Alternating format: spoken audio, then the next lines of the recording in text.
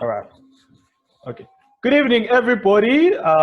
So unfortunately, we couldn't do this live because of technical issues, but nonetheless, the show goes on. So we hope that you're really gonna benefit from this, chat that we're going to have with Palesa, talking about the power of Stokvels in wealth creation. So firstly, Palesa, are you good? Everything well under the circumstances of lockdown? How are you doing?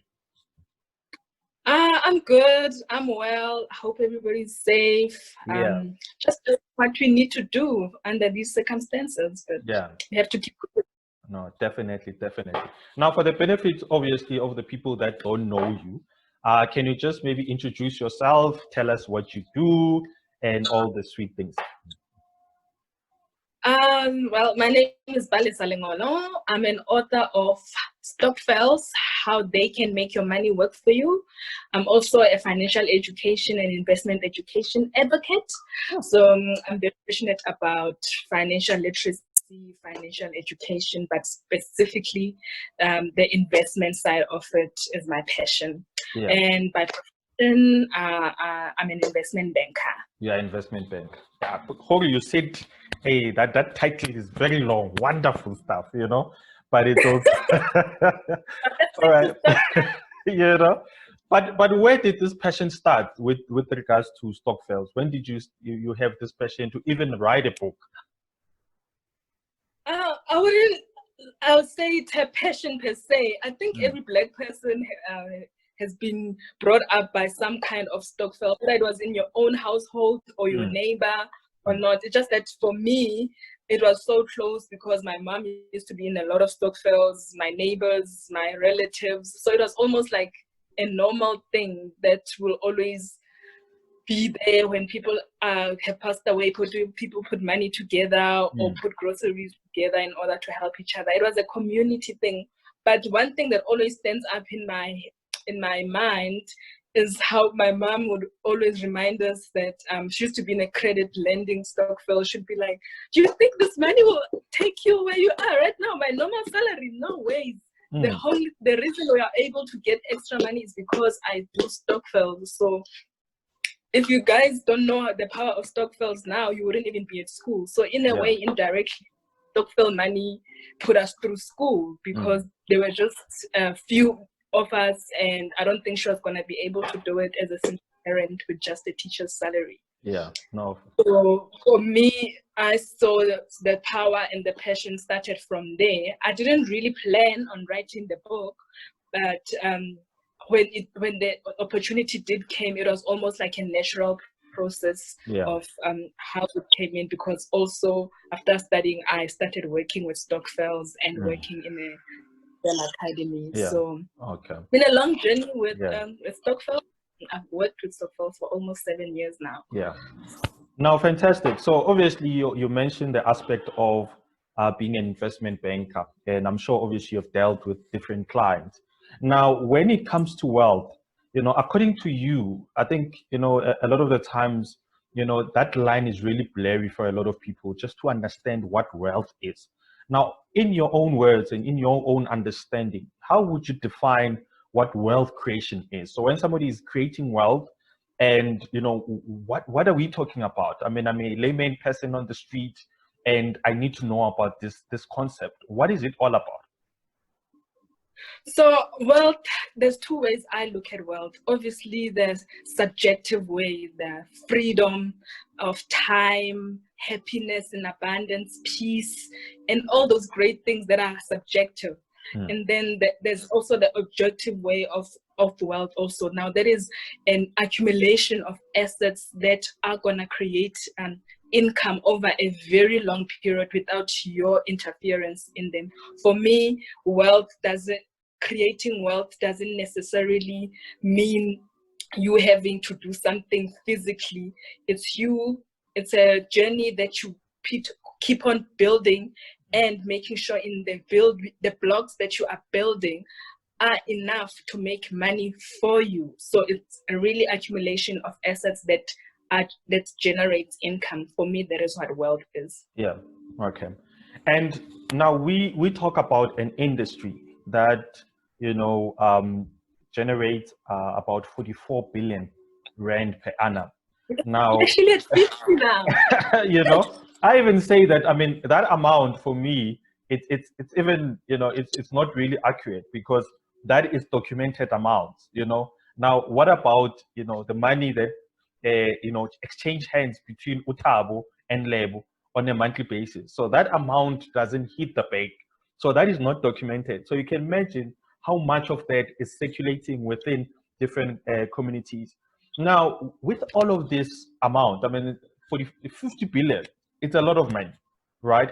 According to you, do you think that has really, you know, worked for our people in our communities? Has it really penetrated there and really changed people's lives, you know, the way it's supposed to?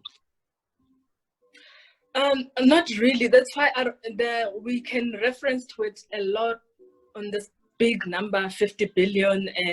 But if you really go deep into it and actually find out how much of the 50 billion is actually doing something for our people, you'd actually see that this 50 billion, we don't even own this 50 billion. It's actually the money that is being consumed and is money going out, money being spent and never anything coming back for it. So my fear when I was doing the research for the book, number one, is exactly what you are saying. I found out there's like a large population of unbanked people that are not even counted into this, but they are Stokveling.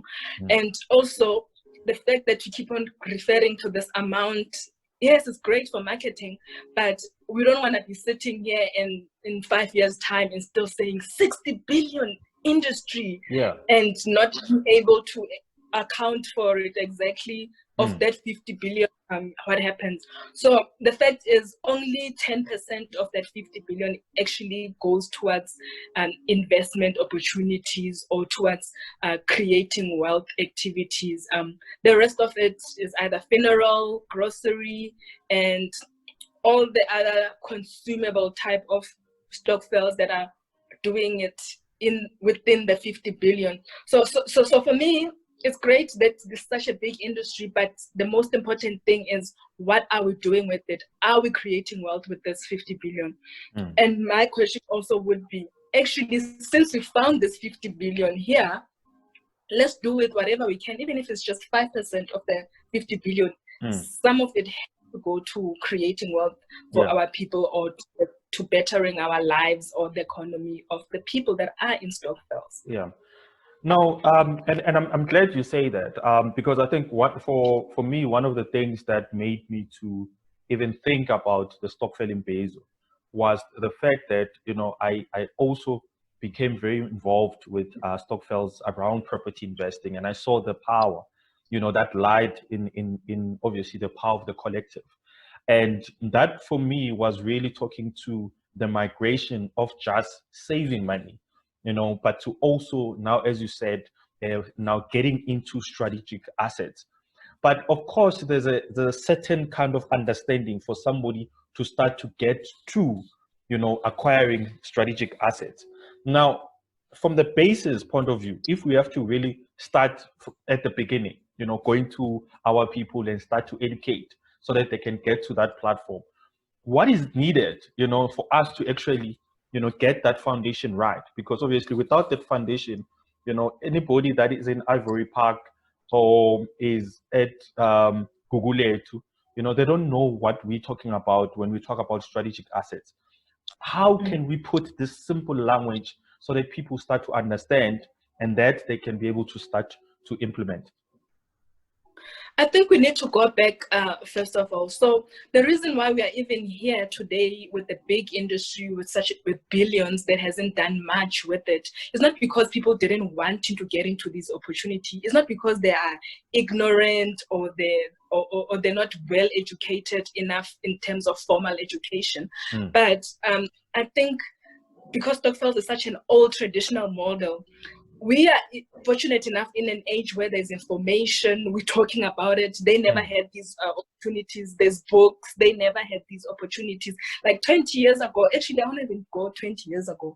5 years ago, people didn't know that they could buy shares by by just 100 rand. They thought you needed a lot of money to buy shares. So that is just an example of lack of information and lack of financial education. That is not out of choice because of the gatekeeping that has been around if you look at the history of Stokvels in terms of who works with the Stokvels, property companies, investment institutions, banks, who really has the heart to really say, if you are giving me your money, I'm really gonna make something out of it, and instead of just taking it from a customer and you not getting out of it. Honestly, only the past year or two where banks or investment institution are starting to take these groups seriously. So it's not only, the problem has not only been on the people not having the information. There has been a lot of constraints that so people need to understand that, and in order for them to be open now to saying, actually, I don't understand much about property.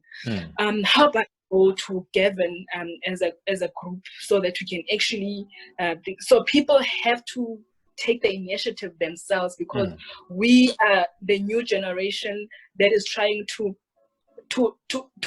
almost reinvent the wheel of the existing model already. That now there are these opportunities here, there are experts to help us in different fields. I always say this to Stokvels. Very rarely you'll find a Stokvel that's got a lawyer, a tax expert, an accountant, all in one group. But you probably know somebody that can be able to help you with those things. Financial education and investment education that is self-taught has a lot of own groundwork. In order for you to be able to get into this opportunity, unfortunately, you're going to have to do your own work. You're going to have to go to the Gavins for property. You're going to have to go to the Palesas for financial education. You're going to have to go to the lawyer to draft you a proper constitution. So you have that type of Stokvel that treats the group as a business. Okay, cool. So now, currently we're going through, I think to say a rough patch it's mild. We are going through a hurricane. You know, people are losing jobs. People are still going to lose jobs. I mean, I saw one of the MECs mention that about 2 million jobs are going to be lost in the coming month. Now, do you think there's a role where there's a role in which Stokvels can play in this whole aspect of, you know, creating employment? And if yes, you know, what will be maybe some of the, you know, maybe one of two things that you think can be made available through Stokvels in order for them to create employment, or to at least help in that fight? So there's always an opportunity somewhere in the middle of a mess, and I believe even with this crisis we're facing, there's going to be an opportunity for Stokvels and individuals, but specifically for Stokvels, I think it's time we stop sitting back, and I'm saying we because I'm in a few Stokvels, and actually do something about the crisis of creating employment. Is been coming. Stokvels have been taught that if there's a spaza shop at the corner and there's a Stokvel next door, why don't you just fund it and make it bigger and employ people within that community? But it seems happening at a very, very slow pace, maybe because people were not pressed, but now we are almost pressed into, we have this model that is great and it meets all the requirements of being able to raise capital to create something out of it, to create employment. For example, we're working on a franchise Stokvel model right now with some of the industry leaders, and one franchise that's going to be owned by a Stokvel is going to be employing so many people by December, because we have seen that you can raise capital and do something about it to actually create jobs out of it. This model can be replicated by a lot of Stokvels, by whatever investment they feel they need to do wherever they are with what they have, in order to be able to improve the people of the community's life, and most importantly, create jobs. So what I like specifically with the franchise model is because most of the franchises right now are actually looking for people that have already made capital, that will just give them the money and then they do everything for you. And you as a Stokvel, you can be able to invest in something like that and create jobs. That is just one example. We can create cooperatives. Something in South Africa that is still not taken seriously, I'm not sure why. Creating cooperatives as Stokvels in order to be able to invest in assets that are going to make money for the members. But not only that, cooperatives is a company that can actually employ people, and it works exactly like a Stokvel. So those are the opportunities of saying create. Also, most importantly, collaborating with other people and collaborating with other Stokvels when there is an opportunity that needs raising capital. So we are sitting actually at a point where we have the means to do something about it. It's just now implementing it. So it's like somebody sitting with the 1 million rand and not knowing what to do with it. Yeah. You don't want to be sitting there, and you know what they say about lazy money. It's going to end up being a waste of money, but not necessarily that, also being a waste of opportunity. I think this is an opportunity where we can come together, raise capital, and invest it in something that actually can better the economy. And for me, that would be small businesses, investment that will generate income, not only for the Stokvel members, but also for the community where that Stokvel is. Things like farming, property, there's a lot of opportunities out there that Stokvel can raise money so quickly because they've got that power. So it's not that wealth creating opportunities are not there, it's the willingness to be able to get into them. Wonderful. No, I think I'm really chuffed about the fact that you talked about Stokvels playing a role in franchising, because I think that from a business point of view, you already have systems in place, so you don't have to invent systems. You don't have to think about a business model, a business plan. That has already been laid out, and it's been proven that it works. So I'm glad that you mentioned that. So within that, the one that you just mentioned there, is it something that is closed already, or can people still join if they want to join, or is it it's too late? We just have to wait for another opportunity. No. The more people come together, the more franchise stores can be opened and owned by Stokvels. Yeah. For me, as an investment professional and working with Stokvels, I've noticed one thing. Stokvel members, we need to work on the strength of Stokvel members, and Stokvel members' strength is raising capital and contributing. Yeah. Anything that happens after that needs expect advice or expect assistance, but all you have to, as a Stokvel member, all you have to concentrate on is raising the money, and then that money working for you in a way.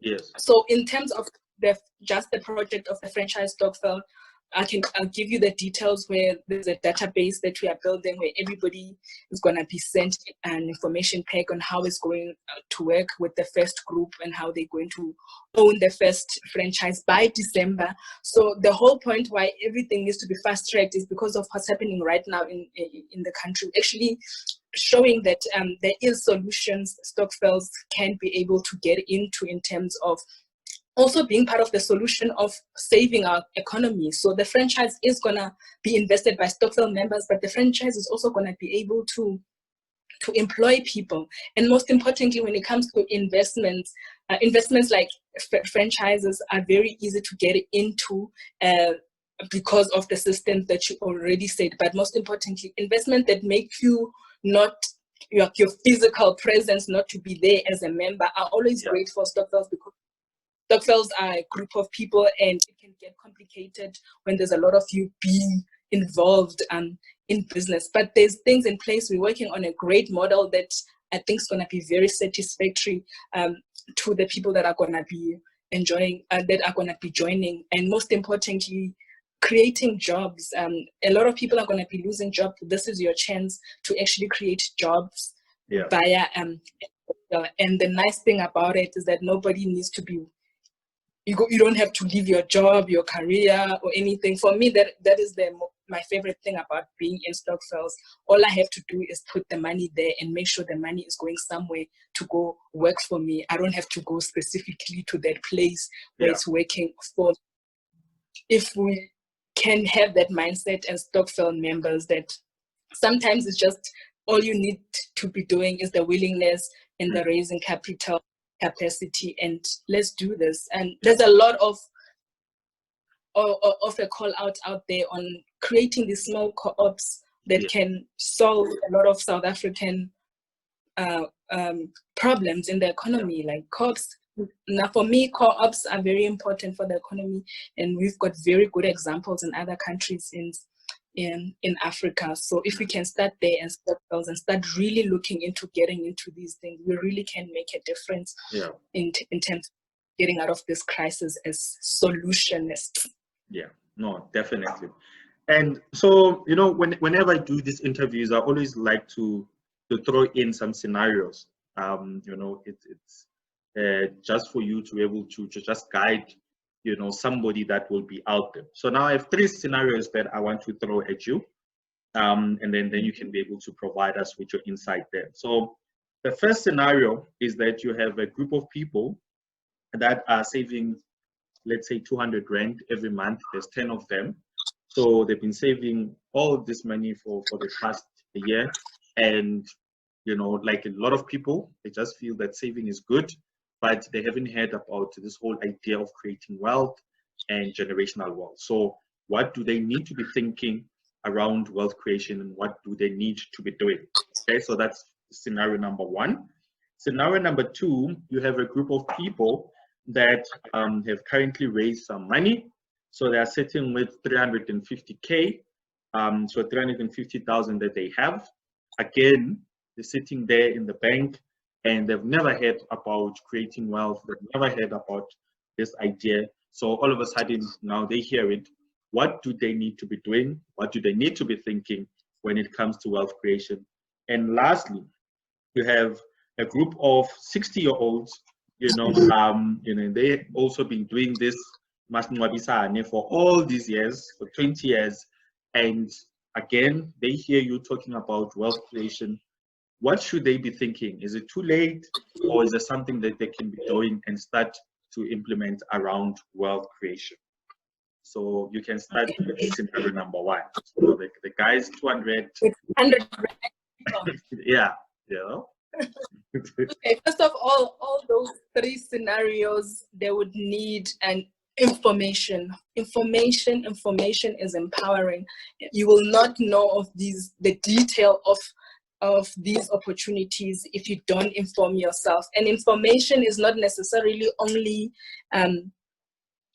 financial education, but it's also interest in seeing. We are actually put in a corner right now to look for opportunities in the middle of all this that is happening right now. So for number 1 would be information. Number 2, you already have the saving habit that is already here, that you're already practicing. So that is great. So now it's taking the further step in terms of now wanting to check how you are. I would say first put everything like professionally and start evaluating your members. Now you need, once you start taking, because now after saving and you want an opportunity, you need to understand there will be a risk involved. Now you need to make sure that you are in the Stokvel with the right people that are going to be able to be jumping with you should an opportunity come. So depending on how much you have raised with your 200 rands, and depending on now you evaluating the members in your Stokvel in terms of your interest. So there is this thing in the book that I put, it's almost like a survey of the trying to find out the type of people you are in a group with in terms to see would be suitable for your group. For example, if you are in a Stokvel that is very short term minded in terms of they don't want to be waiting for their money for 3 years. They want their money in 2 years, but at the same time they are just over the just saving thing only. It's important to look for information that will be within the short term period, which also now you need to know that now short period means less returns. So the products that you're gonna be investing in are gonna be also not that risky for short term. I'll tell you personally my favorite things to invest to, especially in terms of, you always think, what do people need the most? People need shelter. So for me, property Stokvels. Two, people need food. So in a way, in the franchise Stokvel, we are the first industry we're looking at, for example, is the food industry, because food is it's a need. So opportunities in there would always be unlimited. Another one in the food industry is agriculture. So you look for farming opportunities that are there, and they've become so affordable, and that's why we're still talking about the 200 Rand one. There's become so affordable, the opportunities also in farming. I know, for example, SV Capital, it only starts with 500 Rand per month to invest in a cow. So a Stokvel can raise even like 10,000 per month and invest in cows, because those are really also good things to invest in, to diversify from your normal traditional investment financial products. And for Stokvels, they're also investing in things you understand as a start is very important. And then it's shelter, it's food, and it's obviously people cannot go without your energy, and so there are things like your manufacturing, mining, opportunities in. So that's why I'm saying, if you're a Stokvel that really needs to be progressive, there's a lot of research for you to do. But luckily, there's people like us who are able to connect you to opportunities that are within those industries. For me right now, the two that really stand out for me is agriculture, farming, food industry, which is also agriculture, and property.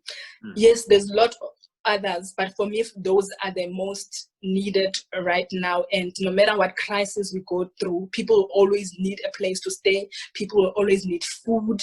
So that, for me, going into those type of investment within those industries, for me, would be a start of where to go. No matter the affordability, for me, for Stokvels, is never an excuse, because you have the power of numbers. So if you have 500 Rand or those 200 Rands and there's 10 of you, already you have more than 200 Rand, so you are able to access those opportunities. But not only that, but you are able to access it with a bigger capital that you would not be able to necessarily raise by yourself. And that is the unique and that thing about being in a Stokvel. So that's the 200 Rand. The second one was the people that already has 350. If you already have lazy money, is very dangerous, because you're gonna spend it. If you already have like that, rather go for opportunities that are already in existence, that have been proven that they are working and they are already there, and you see that they are. For me, if you are in a Stokvel and you are able to raise that money, that is great. You need to collaborate with other progressive Stokvels that are in wealth creating opportunities. Stokvels like your Sakis, your crowdfunding, crowd farming Stokvels, your manufacturing Stokvels, Stokvels that you have seen already have champions running them, and they are running successfully. And you can take a page from that, try and replicate it for your Stokvel. Or better yet, my favorite part is what we need right now is collaboration of Stokvels more than anything, in order for the 50 billion to be a real value, it won't come from one Stokvel. It will come from Stokvels coming together and buying a big and Pick and Pay. That is just a big example in a way. But I'm saying Pick and Pay is just an example. It could be coming together and helping a spaza shop that is worth 350,000, and you guys have it there and have papers in place to be able to help, not only help that, but also make sure that the 350 is a good investment. So Stokvels have proper people in them. It's just that I don't know why we are lazy to use our skills when we are within Stokvels. Like the skills that we get from work, what we know, all those things, let's just not use it to only enrich others or enrich the companies we work for, but also use them to create wealth for ourselves, because we already have this power within our hands and we just don't know what to do with it. No, fantastic. And then I think maybe the last older ones, yes, because now maybe they think it's over, you know, and we are 60, we've been doing better society, you know. Is there any hope for us? It's never too late. It's never too late, but we do have to consider the age thing. I can't say to 60-year-old people go invest in a share, and then in 5 years' time, it's down, and they only have about 5 years to live, and then they've wasted their money. That's why when talking about that's why every time we're talking about financial products, age is such an important thingy for the older generation. For example, they've already seen that saving is already working for them.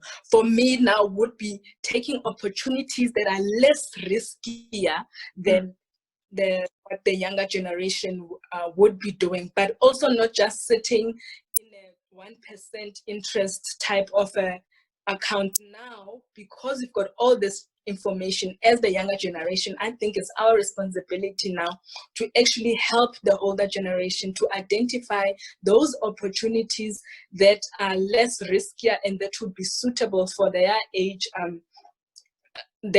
group. For example, if it's farming and they can see you only invest in a cow for 18 months and you get your return. So that would be a suitable something to go into. At the same time, it's a big interest compared to just saving on a 1% account. So also us empowering ourselves as the younger generation also is gonna empower them, because now we're gonna bring them this information and saying, actually, I went for this riskier option, but there was this safer one. I think your generation would be able to think, because it's not more than 2 years, it's less riskier, your capital is protected. Most importantly, about people that are that older, in terms of capital protection is very important. So whatever opportunity they get into, we cannot lie to them and say jump. You have to go into opportunities that almost guarantees you the money you put, at least the money you're gonna put in, even if the interest or the return on it is not you're gonna lose that in terms of risk, but protection of the capital you put in is very important for that specific group. Okay. So the most important thing is that when you already have money that you are contributing and saving and you have raised, make sure it's not just for sitting, not in this day and age of information and opportunities.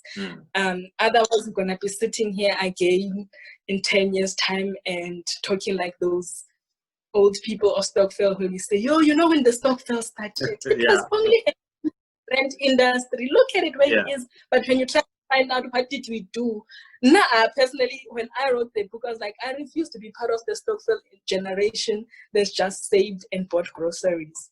Not when my ancestors and the people that came before me gave me such a great model. Now I have to just make it work in these times. Yeah, definitely. No, man.